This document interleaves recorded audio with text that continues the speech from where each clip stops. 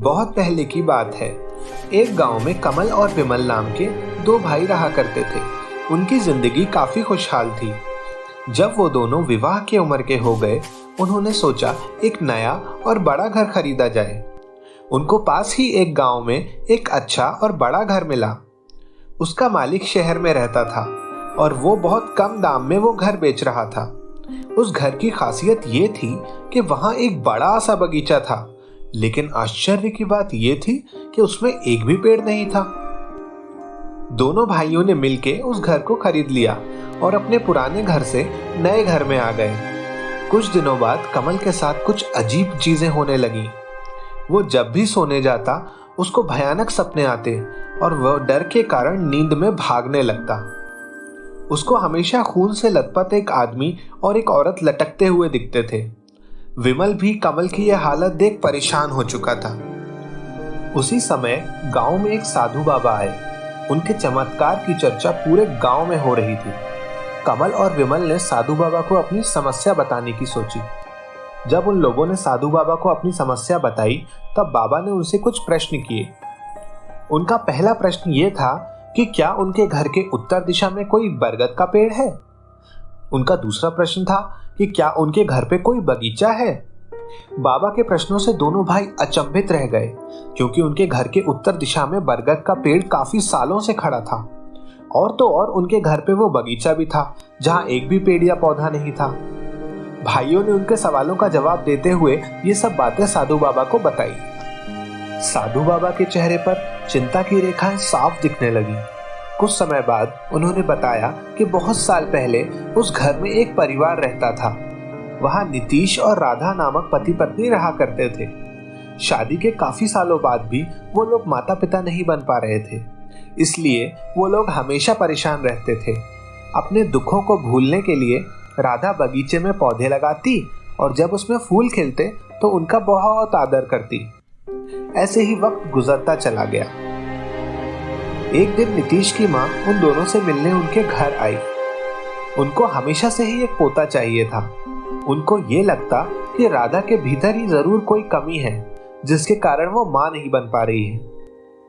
उन्होंने नीतीश को दूसरी शादी करने के लिए बहुत उकसाया, लेकिन नीतीश ने उनकी एक न सुनी। जब नीतीश ने उनकी बात को टाल दिया, तब उनके मन में एक कुटिल योजना आई। उन्होंने सोचा कि कैसे राधा को उनके बेटे की जिंदगी से दूर किया जाए। उसी समय गांव में एक तांत्रिक आया हुआ था। उन्होंने सोचा कि यही मौका है, कैसे भी करके राधा को रास्ते से हटाया जाए। उन्होंने तांत्रिक के साथ मिलकर एक षड्यंत्र रचा। तांत्रिक ने उनको एक बेहोशी की दवा दी। नीतीश की मां ने राधा से कहा कि वो दवा खाके अगर पूर्णिमा की रात को उत्तर दिशा में मौजूद एक बरगद के पेड़ के पास लाल साड़ी पहन के पूजा करेगी तो उनको संतान की प्राप्ति होगी। राधा बहुत सरल लड़की थी, इसलिए उसने अपनी सास की बात का पूर्ण विश्वास किया और बरगद के पेड़ के पास जाके वो दवा तुरंत खा ली। जैसे ही राधा ने दवा को खाया, वो बेहोश हो गई। तभी तांत्रिक और नीतीश की मां ने उसको बरगद के पेड़ पे फांसी से लटका दिया और राधा की मृत्यु हो गई। जब काफी समय तक राधा नहीं आई तो नीतीश उसे ढूंढने निकल गया। कुछ ही दूर जाके उसने देखा कि बरगद के पेड़ में राधा का बेजान शरीर लटका हुआ है। उसके पांव तले जैसे जमीन ही खिसक गई और वो वहीं पे बेहोश हो गया।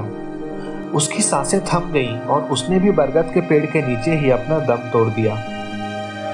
जब कुछ देर बाद तांत्रिक और नीतीश की मां पेड़ के पास आए, तब उन्होंने देखा कि नीतीश बेजान पड़ा हुआ है। नीतीश की मां को अपनी गलती का एहसास हुआ और वो जोर जोर से रोने लगी। उसी समय तांत्रिक ने एक पत्थर से नीतीश की मां को जोर से मारा और उनकी भी जान ले ली। तांत्रिक को पूर्णिमा की रात में 3 लोगों की बलि चढ़ानी थी, क्योंकि वो कुछ ऐसी शक्तियां हासिल करना चाहता था जिससे वो काला जादू कर पाए और एक अस्त्र बना पाए। जब नीतीश की मां उनके पास आई, उसने तभी सोच लिया था कैसे इन 3 लोगों को मार के अपना काम निकाला जाए। अब उसने तीनों के शव से उनकी आंखें निकाल ली और तीनों शव को उसी घर के बगीचे में दफन कर दिया। कमल के सपने में आने वाली स्त्री कोई और नहीं बल्कि राधा ही थी। वो अपने साथ हुए अन्याय को आज तक नहीं भुला पाई और उस तांत्रिक से बदला लेने के लिए अभी भी उसी घर पे भटक रही थी। वो जानबूझ के कमल को सपने में एक संदेश देना चाहती थी। ये सुनकर दोनों भाई इतना डर गए कि कुछ समय के लिए बस साधु बाबा को देखते ही रह गए। कुछ समय बाद उन्होंने अपने होश संभाले और बाबा से इस समस्या से निकलने का उपाय पूछने लगे। बाबा ने कहा कि तुरंत राधा, नीतीश और उसकी माँ के कंकाल को निकाल के जलाना पड़ेगा, क्योंकि उनकी यही मुक्ति का उपाय है। कमल और विमल ने पूछा कि उन्हें कैसे पता चलेगा तांत्रिक ने उनके शवों को कहाँ दफन किया है। तो बाबा ने कहा कि तांत्रिक ने उन तीनों के शव को उसी बगीचे में दफनाया है जो उस घर का मुख्य आकर्षण था। दोनों भाइयों ने बाबा का बहुत धन्यवाद किया और 2 कुल्हाड़ी लेकर बगीचे के पास आ पहुंचे। उन्होंने जैसे ही खुदाई शुरू की, तेज हवा चलने लगी। दोनों ही बहुत डर गए और कांपने लगे। काफी घंटे बीत गए और आखिर में उनको 3 कंकाल दिखे। उनको डर के साथ दुख भी हो रहा था, क्योंकि राधा की कहानी सुन के वो ये सोच रहे थे कि ये अनहोनी राधा के साथ ही क्यों हुई। उन्होंने वही बगीचे में ही लकड़ी से आग जलाई, पर अचानक से वहां बारिश होने लगी। दोनों भाइयों को ये नहीं समझ में आ रहा था कि अगर राधा को मुक्ति चाहिए तो वो ऐसे अड़चने क्यों पैदा कर रही है। तभी उधर उनको लाल साड़ी पहने हुई एक स्त्री दिखाई दी। कमल डर के मारे रोने लगा, क्योंकि ये राधा ही थी जो उसको सपने में आती थी, लेकिन अभी वो भयानक कम और दुखी ज्यादा दिख रही थी। विमल ने हिम्मत करके पूछा, राधा, क्या तुम मुक्ति नहीं चाहती? हमने अपनी जिंदगी भर की कमाई इस घर को खरीदने में लगा दी है। क्या तुम चाहती हो कि हम इस घर से दूर चले जाएं? राधा की आत्मा जोर जोर से रोने लगी और उसकी आंखों से खून निकलने लगा। ये देख के दोनों भाई डर गए और वहां से भागने लगे। उनको कुछ समझ नहीं आ रहा था कि वो कहाँ जाएं। फिर भागते भागते उसी बरगद के पेड़ के पास आ पहुंचे।